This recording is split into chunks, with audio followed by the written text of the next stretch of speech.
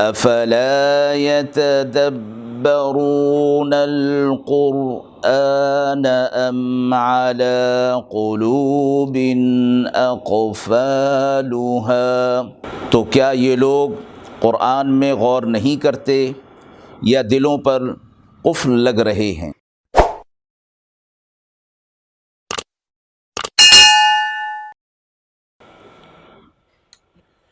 بسم اللہ الرحمن الرحیم۔ ناظرین کرام، درس قرآن کے اس سلسلے میں آج سورۃ البقرہ کی آیت نمبر 187 سے شروع ہو رہا ہے۔ اعوذ باللہ من الشیطان الرجیم،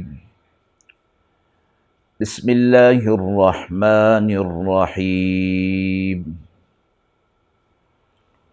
أحل لكم ليلة الصيام الرفث إلى نسائكم هن لباس لكم وأنتم لباس لهن علم الله أنكم كنتم تختانون أنفسكم فتاب عليكم وعفى عنكم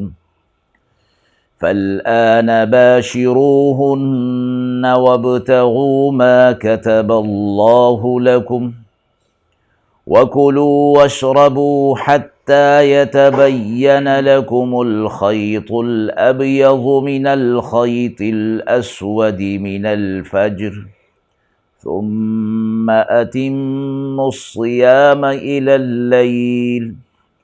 ولا تباشروهن وأنتم عاكفون في المساجد تلك حدود الله فلا تقربوها كذلك يبين الله لكم آياته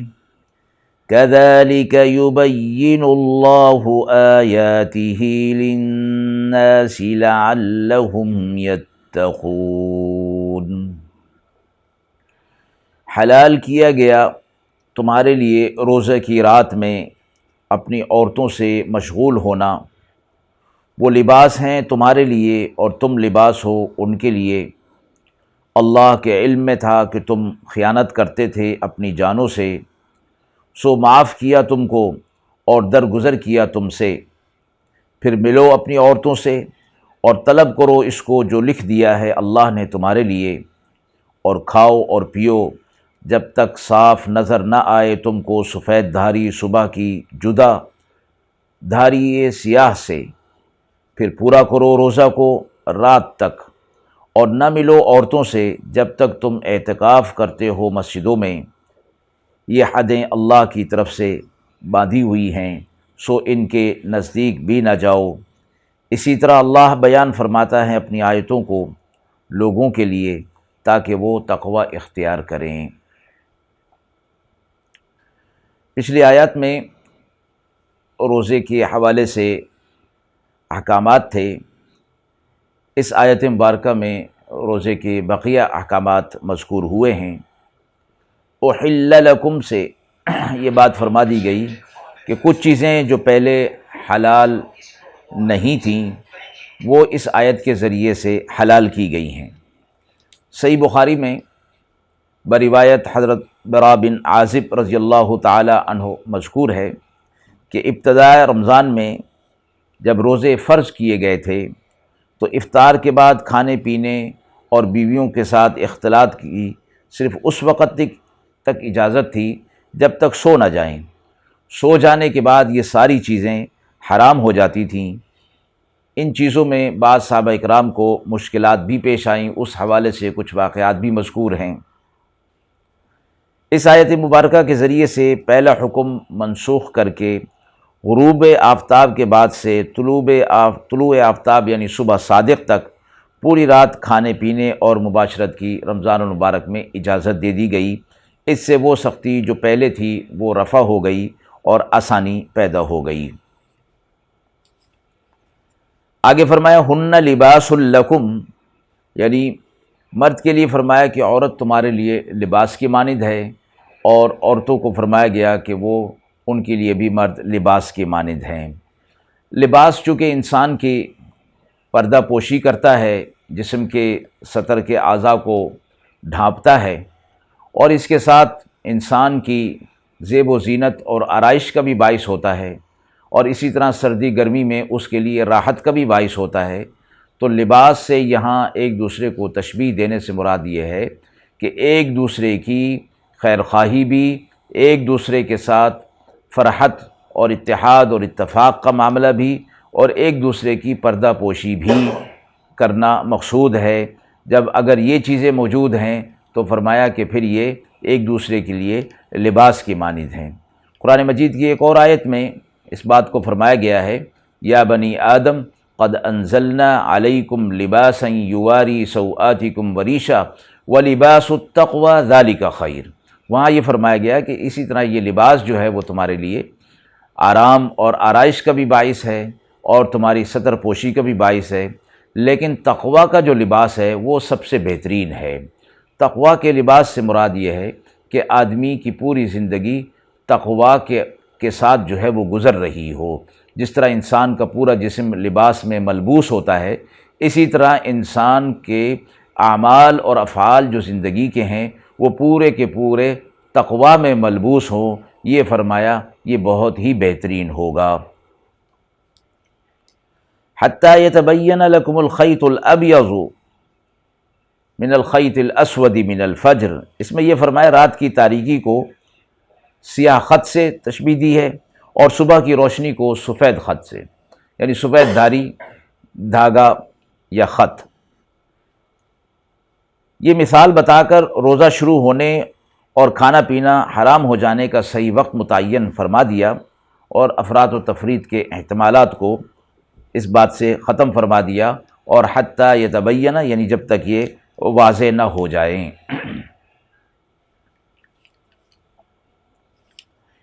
آگے فرمایا کہ یہ تمہارے لیے مشکلات تھیں اور تم اس میں کچھ تجاوز کر رہے تھے، تو اللہ نے تمہارے لیے پھر آسانی فرما دی۔ فتاب علیکم وعفا عنکم، پھر تمہارے ساتھ آسانی کا اور رحمت کا معاملہ فرمایا، اور حکم میں تبدیلی فرما کر تمہارے لیے آسانی پیدا فرما دی۔ اس کے بعد اعتکاف کا ذکر ہے۔ اعتکاف کے لغوی معنی کسی جگہ ٹھہرنے کے ہیں، اور اصطلاح میں خاص شرائط کے ساتھ مساجد میں اعتکاف کی نیت کے ساتھ رکنا، قیام کرنا، اس کو اعتکاف کہا جاتا ہے۔ اور فی المساجد کے لفظ سے یہ بات بھی ثابت ہوتی ہے، فقہا یہ فرماتے ہیں کہ اعتکاف ہر مسجد میں ہو سکتا ہے۔ حضرات فقہا نے کچھ شرائط بھی اعتکاف کی بیان فرمائی ہیں، تو وہ بھی دراصل یہی ہیں کہ مسجد تو بنائی ہی اسی کام کے لیے جاتی ہے کہ وہاں 5 وقت کی نماز ہو۔ تو نماز تو ہر جگہ، گھر میں بھی، دکان میں بھی، کسی جگہ پر ہو سکتی ہے، لیکن جب عاکفون فی المساجد کا لفظ آیا تو اس کا مطلب یہ ہوا کہ ہر وہ مسجد جس میں 5 وقت کی نماز ہوتی ہے اعتکاف کیا جا سکتا ہے۔ مرد کے لیے فرمایا کہ مسجد ہی میں اعتکاف ہے، البتہ عورت اپنے گھر میں اعتکاف کرنا چاہیے۔ معتکف کے لیے یہ لازمی ہوتا ہے کہ بغیر شرعی ضرورت کے وہ مسجد سے باہر نہ نکلے۔ اگر بغیر شرعی ضرورت کے تھوڑی سی دیر کے لیے بھی ایک قدم بھی اس نے باہر نکالا تو وہ اعتکاف اس کا ختم ہو جائے گا۔ روزے کی راتوں میں، رمضان المبارک کی راتوں میں کھانا پینا، عورتوں سے مباشرت، سب کا حلال ہونا اس آیت کے حوالے سے بیان ہوا۔ حالت احتکاف میں کھانے پینے کا تو وہی حکم ہے جو سب کے لیے ہے، مگر مباشرت نساء کے معاملے میں الگ ہے، وہ رات میں بھی منع فرما دیا گیا، اس لیے اس آیت مبارکہ میں اس کا ذکر الگ سے بتایا گیا۔ آگے فرمایا تلک حدود اللہ، یہ اللہ کی حدود ہیں جو اللہ یہ بیان فرمائی ہیں کہ روزے میں کھانے پینے کی، مباشرت کی، اعتکاف میں جو حدود بیان فرمائی گئی ہیں، جو احکامات بیان فرمائے گئے ہیں، یہ اللہ کی حدود ہیں، یہ اللہ کی طرف سے مقرر ہیں۔ ان کے قریب بھی نہ جاؤ، قریب جانے سے مراد یہ ہے کہ اگر تم ان کے قریب جاؤ گے تو پھر ان حدود کو توڑنے کی صورتیں پیدا ہو جائیں گی، احتمال پیدا ہو جائے گا۔ اس لیے فرمایا گیا کہ روزے کی حالت میں کلی وغیرہ میں مبالغہ کرنا بھی مکروہ ہے، کہیں ایسا نہ ہو کہ پانی حلق میں چلا جائے اور روزہ ٹوٹ جائے۔ اسی طرح سحری کھانے میں بھی احتیاط ہو کہ 2-4 منٹ پہلے اس کو مکمل کر لیا جائے، اور افطار میں بھی 2-3 منٹ تاخیر کرنا بہتر ہوگا۔ وَلَا تَأْكُلُوا أَمْوَالَكُمْ بَيْنَكُمْ بِالْبَاطِلِ وَتُدْلُوا بِهَا إِلَى الْحُكَّامِ لِتَأْكُلُوا فَرِيقًا مِّنْ أَمْوَالِ النَّاسِ بِالْإِثْمِ وَأَنْتُمْ تَعْلَمُونَ۔ اور ایک دوسرے کا مال آپس میں ناحق طریقے پر نہ کھاؤ، اور نہ پہنچاؤ ان کو حاکموں تک کہ کھاؤ جاؤ کوئی حصہ لوگوں کے مال میں سے ظلم کر کے ناحق، اور تم اس کو جانتے ہو۔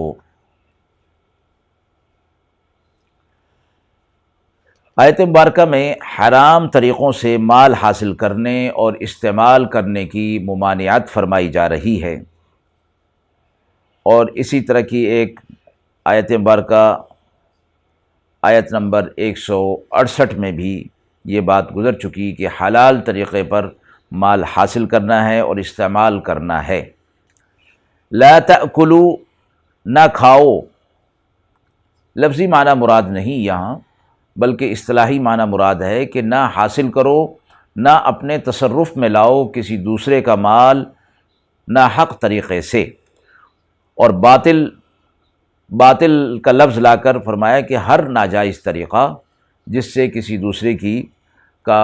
مال جو ہے وہ تمہارے پاس طریقے سے ناحق طریقے سے آ جائے۔ ایک تو فرمایا لا تأکلوا اور بالباطل، یہ دو لفظ فرما کر ساری تعلیم اس کے اندر آ گئی کہ خیانت سے پرہیز کیا جائے اور امانت اور دیانت کو اختیار کیا جائے۔ اسی طرح بینکم کا لفظ لا کر اس کے دائرے کی وسعت مسلمانوں کے مال تک صرف نہیں رکھی گئی، بلکہ ہر ایک کا مال چاہے وہ کافر ہی کیوں نہیں، اس کا مال بھی ناحق طریقے سے لینا جائز نہیں ہے۔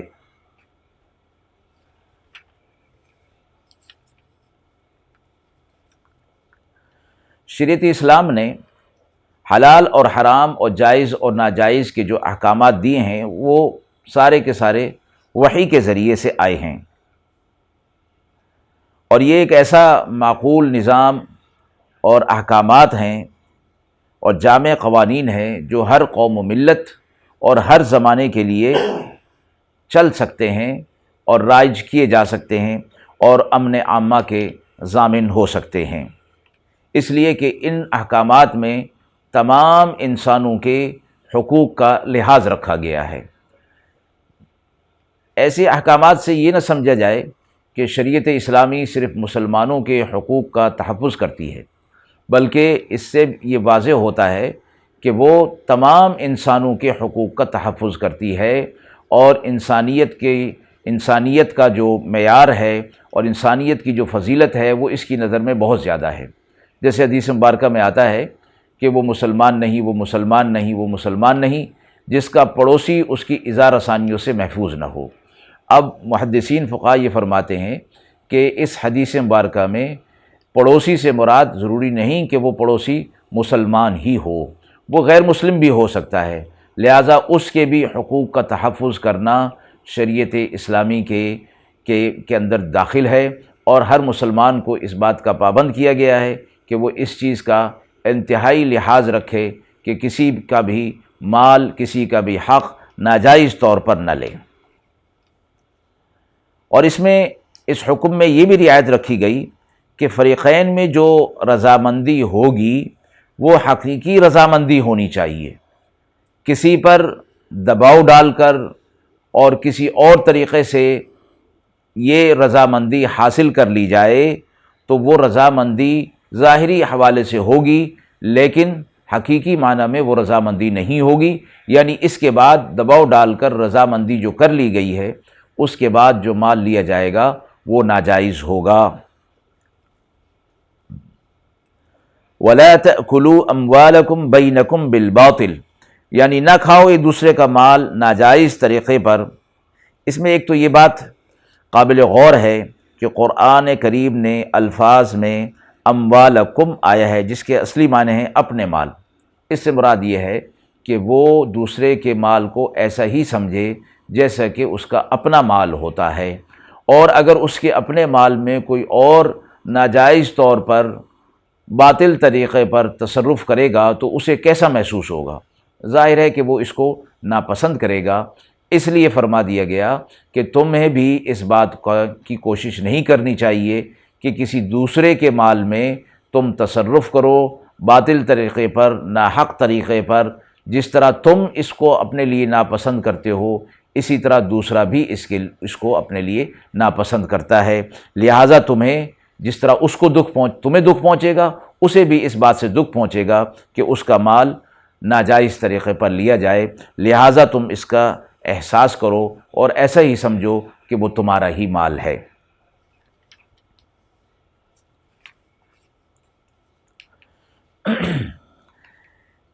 اس میں یہ بھی فرمایا گیا ساتھ ساتھ ناجائز طریقے پر کسی کا مال کھانے یا حاصل کرنے کو جو حرام قرار دیا گیا ہے، اور اس کے حوالے سے اگر کوئی مقدمہ بنایا جاتا ہے، حاکم کے پاس عدالت میں جایا جاتا ہے، اور پھر وہاں جھوٹی قسم کھا لینے کے بعد اس مقدمے کا فیصلہ اپنے حق میں کرا بھی لیا جائے، تب بھی وہ مال اس کے لیے جائز اور حلال نہیں ہوتا۔ اور یہ بھی فرمایا گیا کہ حکام جو ہے وہ تو ظاہر کے اعتبار سے فیصلہ کریں گے، اور ظاہری جو شواہد ان کے سامنے آئیں گے، اور اگر کوئی شخص قسم اٹھا لیتا ہے اور وہ فیصلہ اپنے حق میں کرا لیتا ہے تو فیصلہ کرنے والے کو تو کوئی گناہ نہیں ہے، اس لیے کہ وہ تو پابند ہے اس بات کا کہ وہ ظاہری احوال کے مشاہدہ کرتے ہوئے فیصلہ کرے۔ لیکن جس نے غلط بیانی کر کے اور جھوٹی قسم اور جھوٹی شہادتیں پیش کر کے فیصلہ اپنے حق میں کرا لیا تو یہ مال اس کے حق میں جائز نہیں ہوگا، حلال نہیں ہوگا۔ اور یہ فرمایا کہ اس طرح مال کھانا ناجائز طریقے پر، باطل طریقے پر، گناہ کے ذریعے سے، اس بات کو تم جانتے ہو، تمہیں معلوم ہے کہ ایسا نہیں کرنا چاہیے، لہٰذا ایسا کرنے سے پرہیز کرو، ایسا کرنا تمہارے لیے کسی بھی صورت میں ٹھیک نہیں ہے۔ حرام سے بچنے اور حلال کے حاصل کرنے، حلال کو اختیار کرنے کے لیے قرآن مجید نے مختلف مقامات پر مختلف عنوانات سے تاکیدیں فرمائی ہیں۔ ایک آیت میں اس طرح فرمایا گیا کہ انسان کے اعمال اور اخلاق میں اس چیز کا بڑا دخل ہے کہ وہ حلال کھاتا ہے، اس کا کھانا پینا حلال ہے، تو اس کے اخلاق حمیدہ اس سے پیدا ہوں گے اور اس سے پھر اعمال صالحہ کا صدور ہوگا، اور اگر حرام کھاتا ہے تو پھر اس سے اخلاق رذیلہ پیدا ہوں گے اور اعمال صالحہ کا صدور اس کے لیے مشکل ہو جائے گا۔ حدیث مبارکہ میں ارشاد فرمایا گیا ہے جس شخص نے حلال کھایا اور سنت کے مطابق عمل کیا اور لوگ اس کی ایذاؤں سے محفوظ رہے وہ جنت میں جائے گا۔ ایک دوسری حدیث میں ارشاد ہوا، حضرت عبداللہ بن عمر رضی اللہ تعالی عنہ سے روایت ہے کہ 4 خصلتیں ایسی ہیں، آپ صلی اللہ علیہ وسلم نے فرمایا کہ 4 خصلتیں ایسی ہیں جب وہ تمہارے اندر موجود ہوں تو پھر دنیا میں جو کچھ بھی حاصل نہ ہو، تمہیں کچھ بھی حاصل نہ ہو تو تمہارے لیے کافی ہیں۔ وہ 4 خصلتیں یہ ہیں: ایک امانت کی حفاظت کرنا، دوسرا سچ بولنا، تیسرا حسن اخلاق کا اختیار کرنا، اور چوتھا کھانے میں حلال کا اہتمام کرنا۔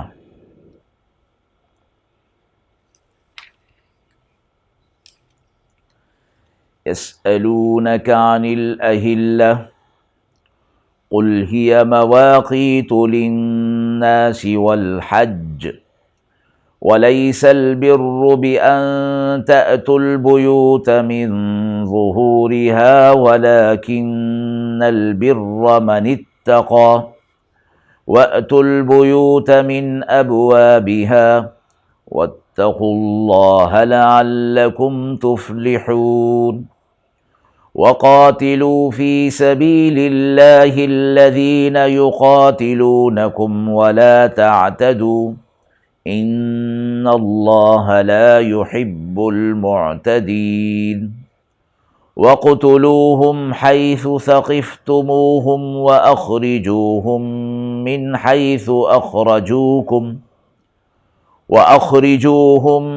مِنْ حَيْثُ أَخْرَجُوكُمْ وَالْفِتْنَةُ أَشَدُّ مِنَ الْقَتْلِ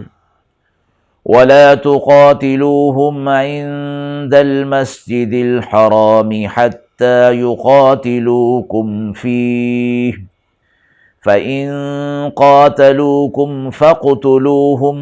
كَذَلِكَ جَزَاءُ الْكَافِرِينَ۔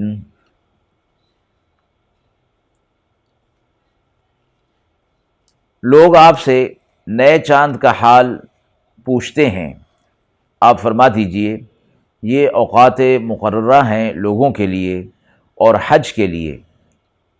اور یہ نیکی نہیں کہ گھروں میں تم آؤ ان کی پشت کی طرف سے، لیکن نیکی یہ ہے کہ جو کوئی ڈرے اللہ سے اور گھروں میں آؤ دروازوں سے اور اللہ سے ڈرتے رہو تاکہ تم فلاح پا جاؤ۔ اور قتال اللہ کی راہ میں ان لوگوں سے کرو جو لڑتے ہیں تم سے، اور کسی پر زیادتی مت کرو، بے شک اللہ زیادتی کرنے والوں کو ناپسند کرتا ہے۔ اور مار ڈالو ان کو جس جگہ پاؤ، اور نکال دو ان کو جہاں سے انہوں نے تم کو نکالا، اور فتنہ کرنا مار ڈالنے سے بھی زیادہ سخت ہے۔ اور نہ لڑو ان سے مسجد حرام کے پاس جب تک کہ وہ نہ لڑیں تم سے اس جگہ، پھر اگر وہ تم سے خود ہی لڑیں تم ان کو مارو، یہی ہے سزا کافروں کی۔ آیت مبارکہ کی ابتدا میں یہ فرمایا جا رہا ہے کہ لوگ آپ سے سوال کر رہے ہیں نئے چاند کے بارے میں، یعنی چاند کے گھٹنے بڑھنے کے حوالے سے کہ یہ کیوں ہے اور اس میں ہمارے لیے کیا فائدے ہیں۔ اس بات کو آپ صلی اللہ علیہ وسلم سے پوچھا جا رہا تھا، تو آپ صلی اللہ علیہ وسلم سے فرمایا گیا کہ آپ اس کا جواب دیجئے کہ چاند کے گھٹنے بڑھنے میں اوقات کی شناخت ہوگی، اور اسی طرح جو دین کے شریعت کے احکامات ہیں ان سے مدد لی جائے گی۔ حج زکوٰۃ کا ادا کرنا، عدت کے احکامات اس کے ذریعے سے پورے ہوں گے، اور عبادات کے معاملات بھی اسی سے، اور حج اور زکوٰۃ اور روزہ وغیرہ کے معاملات بھی اسی کے ساتھ ہوں گے۔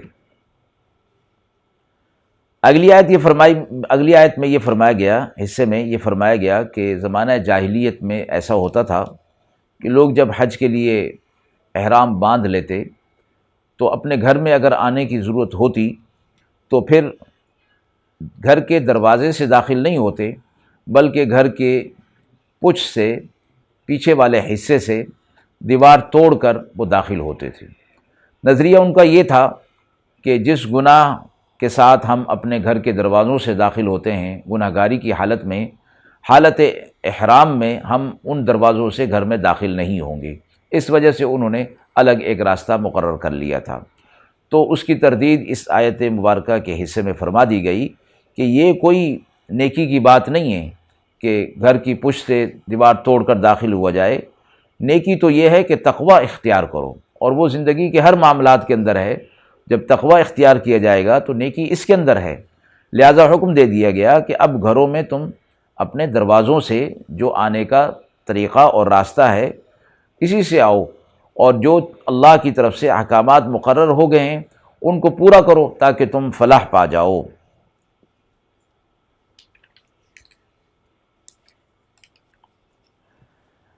آیت مبارکہ کے حوالے سے یہ بھی فرمایا گیا، حضرت عبداللہ بن عباس رضی اللہ تعالیٰ عنہ فرماتے ہیں کہ رسول اللہ صلی اللہ علیہ وسلم کے صحابہ کی یہ ایک خاص وصف ہے کہ انہوں نے آپ صلی اللہ علیہ وسلم کی عظمت اور آپ صلی اللہ علیہ وسلم کے اعزاز اور اکرام کے حوالے سے سوالات بہت کم کیے ہیں۔ پچھلی امتیں اپنے انبیاء علیہ الصلوۃ والسلام سے بکثرت سوال کیا کرتی تھیں اور لایانی قسم کے بھی سوالات ہوا کرتے تھے۔ انہوں نے اس ادب کو اپنے نبی کے سلسلے میں ملحوظ نہیں رکھا۔ حضرت ابن عباس رضی اللہ تعالیٰ عنہ فرماتے ہیں کہ صحابہ اکرام کے سوالات جن کا ذکر قرآن میں آیا ہے کل 14 ہیں، جن میں سے ایک سوال یہ اس آیت مبارکہ میں گزرا ہے، یسألونک عن الأہلہ۔ تو آیت مبارکہ سے معلوم ہو گیا کہ چاند کے ذریعے سے تاریخوں اور مہینوں کا حساب معلوم ہو جائے گا، اور جس سے شریعت کے احکامات پر عمل کرنے میں آسانی ہوگی۔ اسی طرح کی ایک آیت سورہ یونس میں فرمائی گئی، وَقَدَّرَهُ مَنَازِلَ لِتَعْلَمُوا عَدَدَ السِّنِينَ وَالْحِسَابَ۔ چاند کی مختلف منزلیں اور چاند کے مختلف حالات اور اس سے حالات سے گزارنے کا فائدہ یہ ہے کہ اس کے ذریعے سے سال اور مہینوں اور تاریخوں کا حساب معلوم ہو سکے۔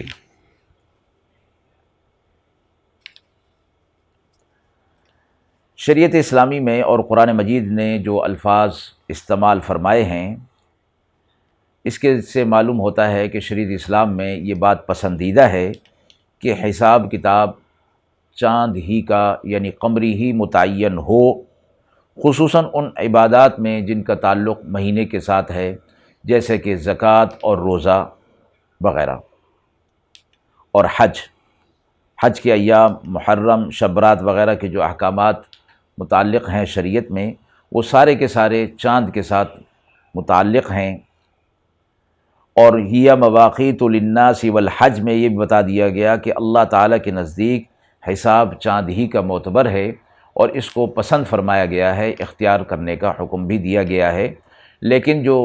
شمسی نظام ہے اس سے بھی ممانعت نہیں ہے، لیکن فقہاء محدثین فرماتے ہیں کہ یہ ممانعت اس وقت ہو جائے گی کہ جب قمری تاریخوں اور اس کا حساب کتاب بالکل جو ہے وہ متروک ہو جائے اور سارا دار و مدار جو ہے وہ شمسی پر ہو جائے۔ آیت کے اگلے حصے میں یہ فرمایا جا رہا ہے کہ کفار کے ساتھ قتال کرو، وَقَاتِلُوا فِي سَبِيلِ اللَّهِ الَّذِينَ يُقَاتِلُونَكُمْ، اور قتال کرو اللہ کی راہ میں ان لوگوں سے جو تم سے لڑتے ہیں، اور کسی سے زیادتی مت کرو۔ ہجرت مدینہ سے پہلے اہل اسلام کو، مومنین کو کفار کے ساتھ جہاد اور قتال کی ممانعت تھی، اور اہل ایمان کو کفار کی ایذا رسانیوں پر صبر اور عفو درگزر کا حکم اور تلقین تھا۔ ہجرت مدینہ کے بعد سب سے پہلے اس آیت مبارکہ میں قتال کا حکم نازل ہوا۔ اب یہ دیکھنا چاہیے کہ یہ حکم قتال کا کفار کے ساتھ مظلوم مسلمانوں کو مل رہا ہے۔ ابتدائی 3 اسلامی غزوات کے حالات دیکھ کر یہ فیصلہ کیا جا سکتا ہے کہ لڑائی کی ابتدا کس کی طرف سے ہوئی، حملہ اور جارحانہ اقدام کس کی طرف سے ہوا، اور اپنی حفاظت اور دفاع میں کون لڑا۔ اہل ایمان اپنے دفاع میں انہوں نے ہتھیار اٹھائے، اور یہ جنگجو تھے، جارحانہ اقدام انہوں نے اہل اسلام کے خلاف کیے۔ ساتھ یہ فرمایا کہ یہ اقدام اللہ کی طرف سے حکم دے دیا گیا، اور ساتھ ہی یہ فرما دیا گیا کہ فی سبیل اللہ کی ایک شرط لگا دی گئی کہ یہ جہاد اور قتال فی سبیل اللہ ہوگا۔ دنیا میں لڑائیاں پہلے بھی ہوئیں، اب بھی ہو رہی، بعد میں بھی ہوتی رہیں گی، لیکن ان سب کا جو مطمع نظر ہوتا تھا وہ زن زر زمین کے لیے لڑی جاتی تھیں یا قوم اور وطن کے لیے لڑی جاتی رہیں۔ یہ خصوصیت صرف جہاد اسلام کو حاصل ہے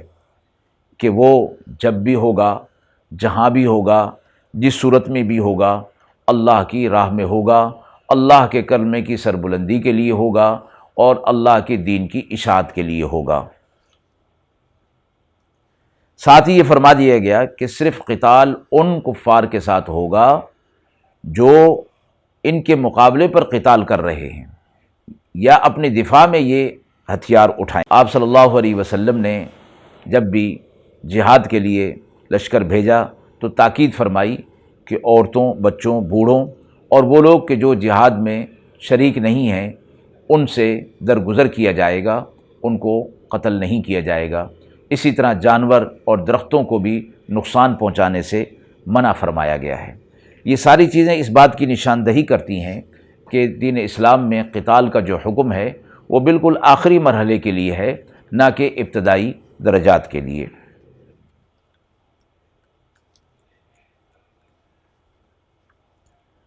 پوری مکی زندگی میں جو مسلمانوں کو کفار کے ساتھ قتال جہاد سے ممانعت تھی اور ہمیشہ عفو درگزر کی تلقین ہوتی رہی تھی، صحابہ اکرام کو اس آیت کے نازل ہونے سے یہی خیال ہوا کہ کسی کافر کو قتل کرنا ممنوع ہے۔ اس خیال کے ازالے کے لیے یہ فرمایا گیا کہ وَالْفِتْنَةُ أَشَدُّ مِنَ الْقَتْلِ، کہ فتنہ اور فساد قتل سے بھی زیادہ شدید ہے، کہ اس کے اثرات قتل سے بھی زیادہ دور رس ہوا کرتے ہیں۔ یعنی یہ بات اپنی جگہ درست کہ کسی کو قتل کرنا سخت برا کام ہے، مگر کفار مکہ کا اپنے شرک اور کفر پر جمے رہنا اور مسلمانوں کو ادائے اسلام میں احکامات میں رکاوٹ ڈالنا اور دوسری چیزوں سے منع کرنا، حج اور عمرے سے منع کرنا اور ان کو تکالیف دینا، ایذا دینا، فرمائے یہ اس قتل سے بھی زیادہ شدید ہے، لہٰذا ان کے ساتھ قتال کیا جائے گا۔ مسجد حرام کے آس پاس منع فرمایا جا رہا ہے کہ وہاں قتل و قتال نہیں ہوگا۔ فرمایا اس وقت تک تم قتال نہ کرو جب تک کہ وہ تم سے خود اس کی ابتدا نہ کریں، یعنی وہاں پر بھی اگر یہ ابتدا کریں تو پھر اس کا دفاع ہوگا۔ حرم مکہ میں انسان تو کیا کسی شکار کی بھی اجازت نہیں ہے، لیکن اسی آیت سے معلوم ہو گیا کہ اگر حرم محترم میں کوئی آدمی دوسرے کو قتل کرنے لگے تو اس کو بھی مدافعات میں قتل کرنا جائز ہے۔ اس پر تمام فقہاء کا اتفاق ہے۔ وآخر دعوانا ان الحمد للہ رب العالمین۔